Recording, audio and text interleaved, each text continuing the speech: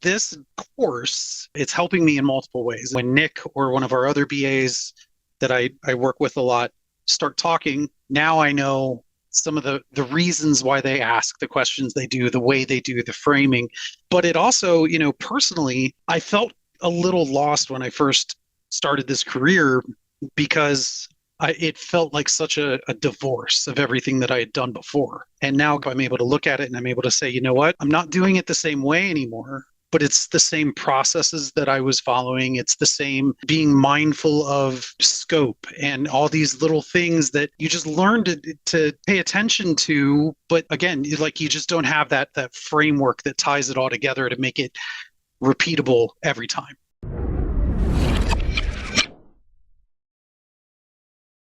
Well, hello and welcome. I'm Laura Brandenburg from Bridging the Gap here today with Chad Kreider, and I'm so excited. Chad was one of the first participants in the updated version of the Business Analyst Blueprint, where I've been back in a teaching and instructor capacity and got to work with him directly on his business analysis skills and doing all kinds of great things in his career. So, Chad, welcome. I'm so glad you're here. Thank you for joining us. Thank you for having me. I'm excited. Yeah. So the first, if you could just take us back, it was a little over 6 months ago, I believe, that you started the Yeah, program. Like, where were you at in your career? What were your goals? What were some of the things that you were worried about professionally? Like, what was sure. going through your head at that time? So to go back 6 months, we should probably quickly go back 3 years. Up until 3 years ago this month, I was a director of e-commerce for a local company. And I was miserable. I mean, part of that was the pandemic and, everything that came along with that and working just insane 80, 90-hour weeks. Mhm. And, it got to a point where I needed to make a change for my own mental health. And so this opportunity as a application, I started as an application administrator, came open. And I thought, you know what? I know a couple of people there. Let's see what this is. And started, and I really enjoy what I do. I love working, kind of part support, part BA, part app dev. It's a really unique kind of position that I get to occupy in the business. And, as we started talking through, I have a lot of, I have 20 years of experience before I came here in a different career path. And I told Nick, who's previous person in your class, I feel like I have a lot of skills, but I don't have a lot of like framework for them. Mhm. And he said, well, this Bridging the Gap course is going to be changing how they do things, and we're gonna, we're looking at running a couple of people through it. Would you be interested? And so we talked through. He showed me, the stuff that he worked on when he went through the class, and I talked with my wife about it, and I said, you know what? I think this is like the next step to kind of Mhm. figure out, do I want to do more BA work? Do I want to continue with the idea of getting into data? So that's how we ended up in Bridging the Gap, just trying to take all the skills that you learn over a lifetime in a career and just provide a framework for how you do things. I'd never thought about anything I'd done as an e-commerce director through the lens of BA work, but it's a lot of BA. I'm sure. So it was that was the motivation, we'll say.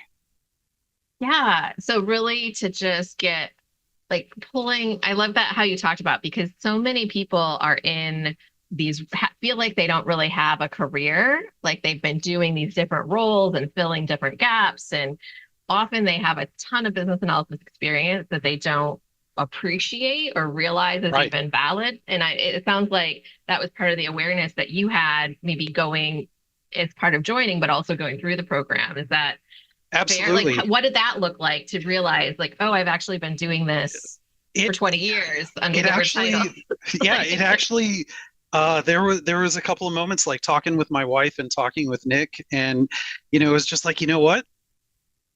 This course is actually it's helping me in multiple ways.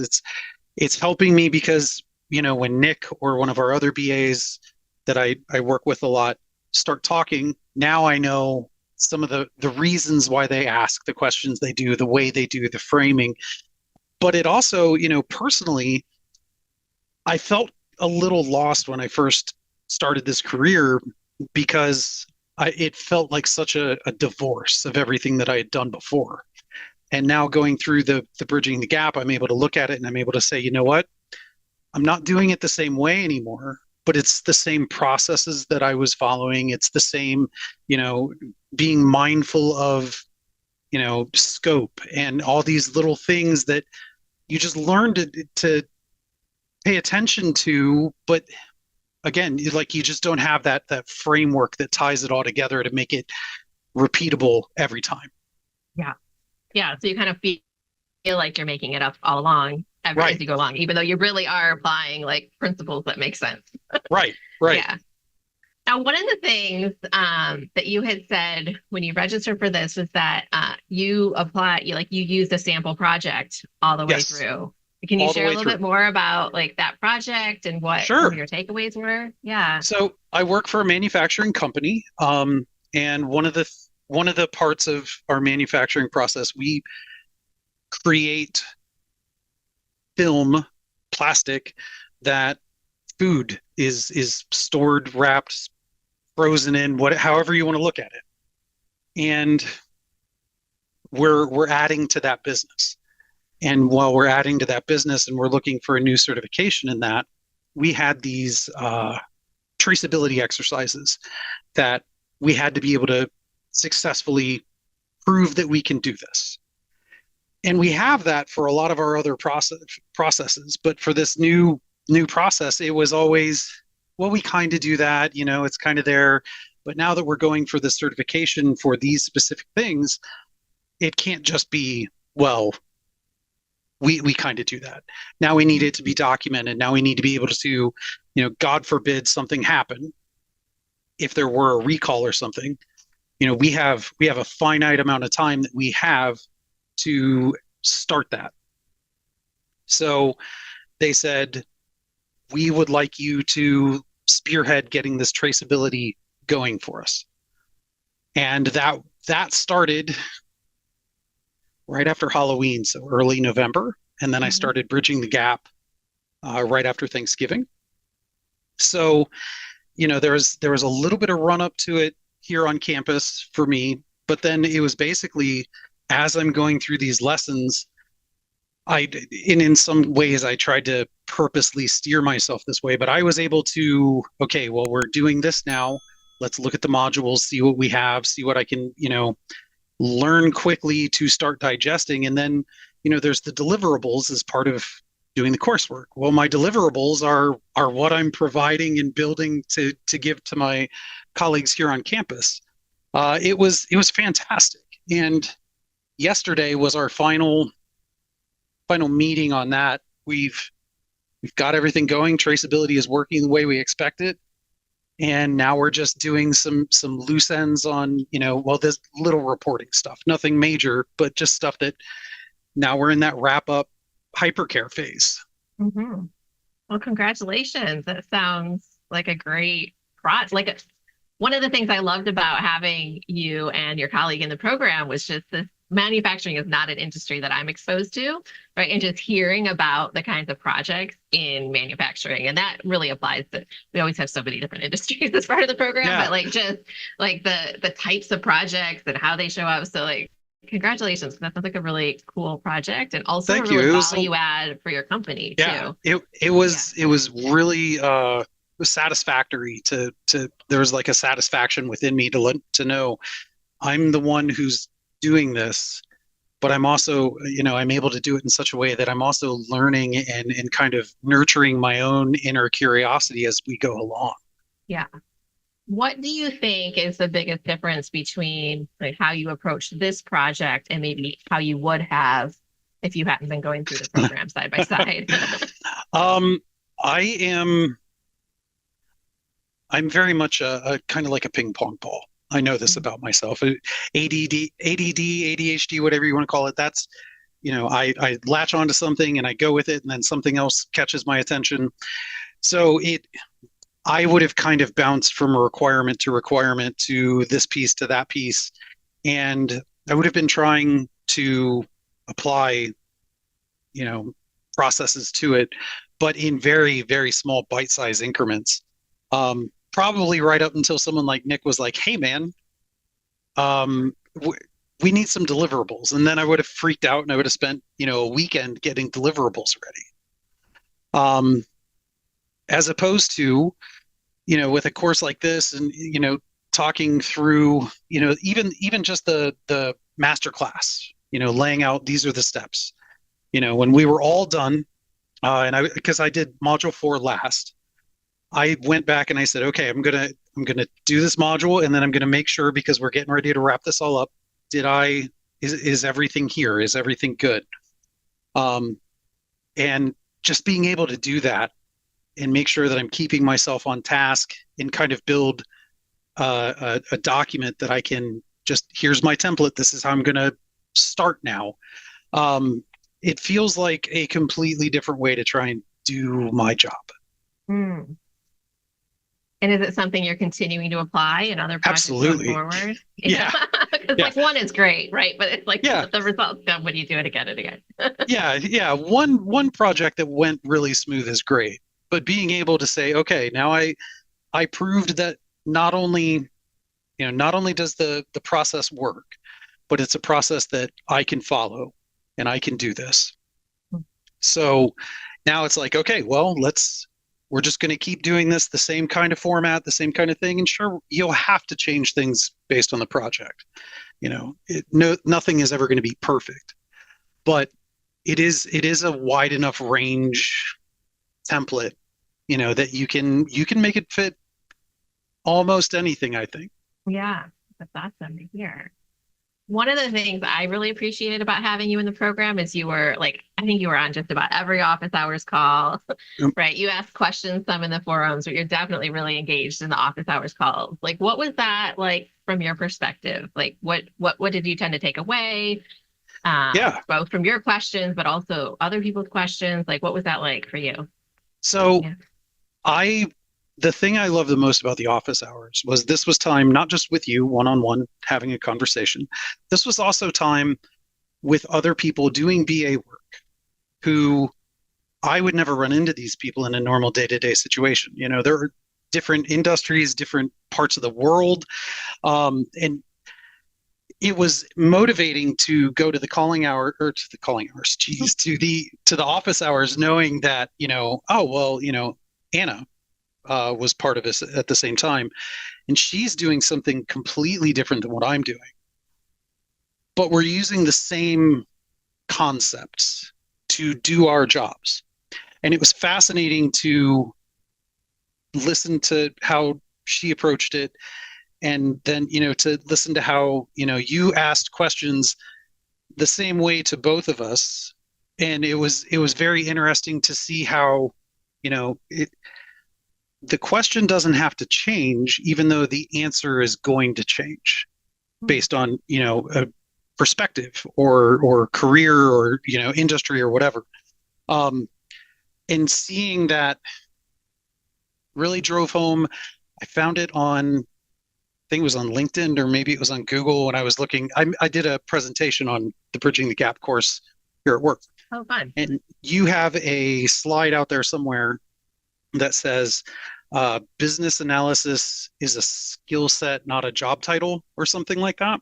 Mm-hmm. And that, looking at your office hours and seeing how everything worked, really drove that point home.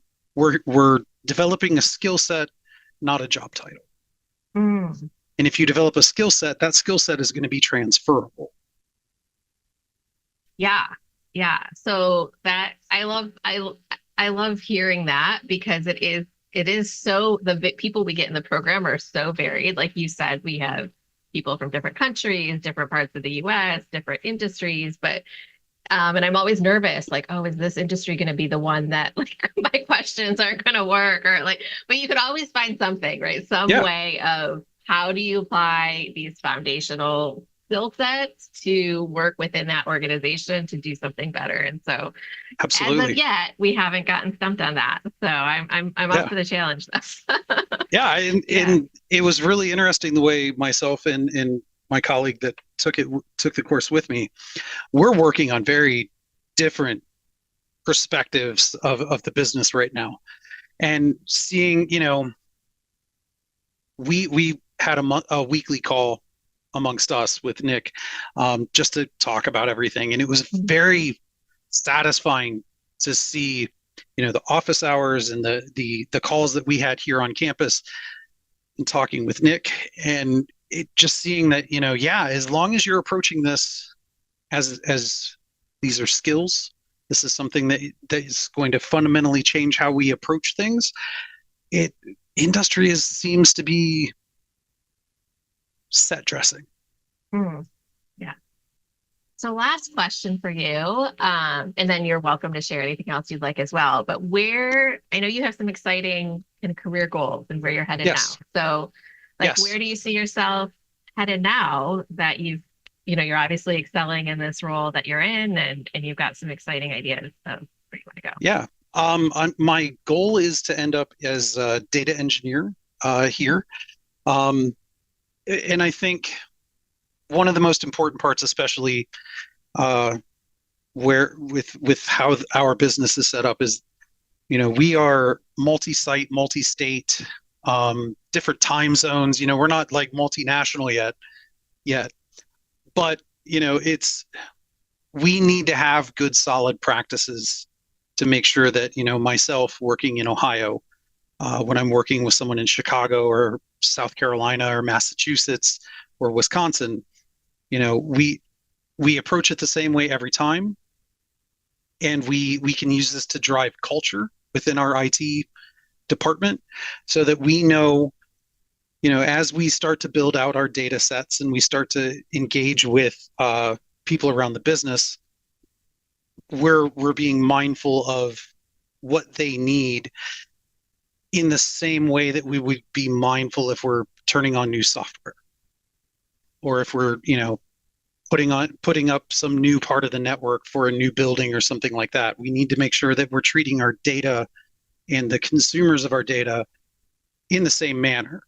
And it's really kind of the part that I'm hoping to kind of get in and drive is, we're going to start a big push to make, not that we're going to get rid of gut feelings or anything like that, but to make our decisions better informed with better data. And yeah, I'm hopeful. It's slowly leading that way. I've been brought in on the data warehouse team to start working through some of these data sets.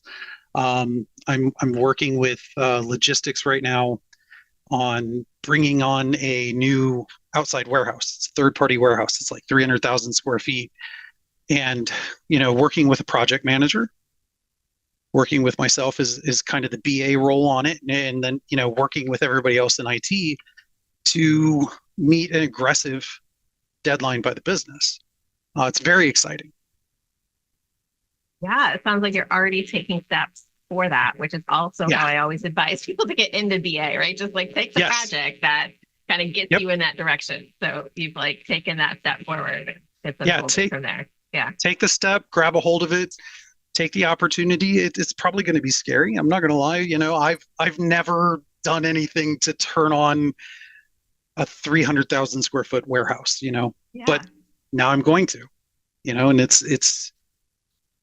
it's kind of nerve wracking at times, but I know that I've got VA resources here on campus. I've got a couple of connections made through the community. I'm excited to reach out to people and just kind of say, hey, this is kind of what I'm doing. What do you think? Yeah. Very exciting. Anything else? Thank you so much for just Yeah. sharing the story about your experience in the program. Is there anything else that you would like to leave people who are listening with? Yes. Who might be looking to follow in your footsteps?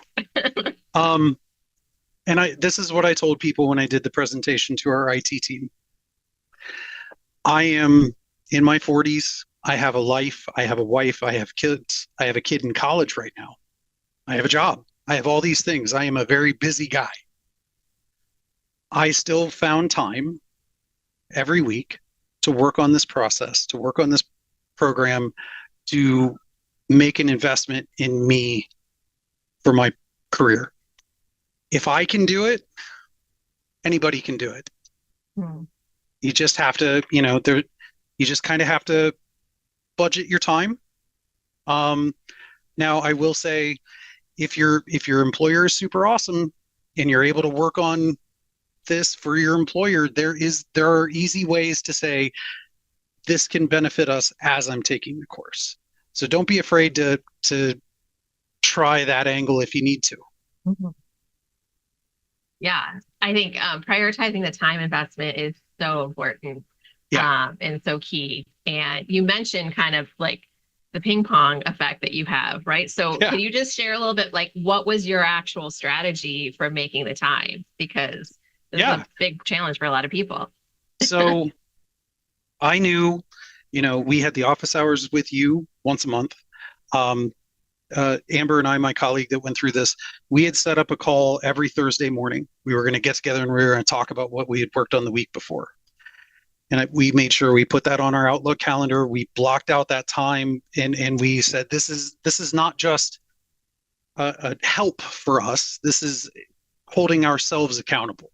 It was only a 30-minute call, just to talk through things. But then, like, we would then know, well, Thursday, I'm going to meet with Amber, or she's going to meet with Chad to talk about what we did.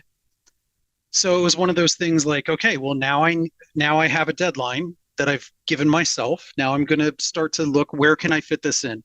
And I'll be honest, the lesson part was the easiest part, because all the lessons are right there, like 30 to 45, maybe an hour long. Mhm. So that was great. You can turn them on, go through the PDF while you're talking on the video, taking notes, and then the deliverables. That was actually I thought that was going to be the easiest part, because I'll just take my laptop home and do it. But the deliverables ended up being, because I did it for a lot of stuff at work, I needed to have access to the work resources. So convinced my boss that, this 2-hour block a week, we're just going to block that out, and that's when I'm going to work on my deliverables. And they were very excited for the opportunity to get that time, because Mhm. that's 2 hours that I am blocked out. I am just working on this project. They didn't look at it as, well, that's 2 hours Chad's going to school. No, no, that's 2 hours Chad's working on this project for us. So it helped immensely. Yeah, I think that's such a great takeaway for like anyone with time management. Like a big project needs focused attention, Yeah, right? So, I mean, that's a strategy whether you're taking a course or not, like just right. to have focused time to work on your deliverables or the analytical thinking or just whatever you need to move that project forward is it's just so essential. Yeah. So, it's a great And practice. Thank you for sharing and that. yeah, paper. Most of the time it's just doodle stuff, but when I'm working on, or we were in a one-on-one or something, Yeah. I started keeping a stack of paper here just so I could, like, jot down notes or something. Yeah. So doodles lead into notes, which lead into deep questions to think about later. It's great. I Yeah. will never not have paper right here when I'm going through some sort of project planning. Yeah. So key. I'm big fan of handwritten paper. I've got my weekly to-do Yeah. list here, right? Like, Yep. awesome. Well, thank you so much, Chad. I am looking forward to reconnecting in a while to see like Yeah. where you like having all this unfold, because you're just on a really great career trajectory, and I really appreciate you taking the time to share all of Absolutely. this today. Yeah, It's been a blast. Thank you very much. you're welcome. Thanks so much.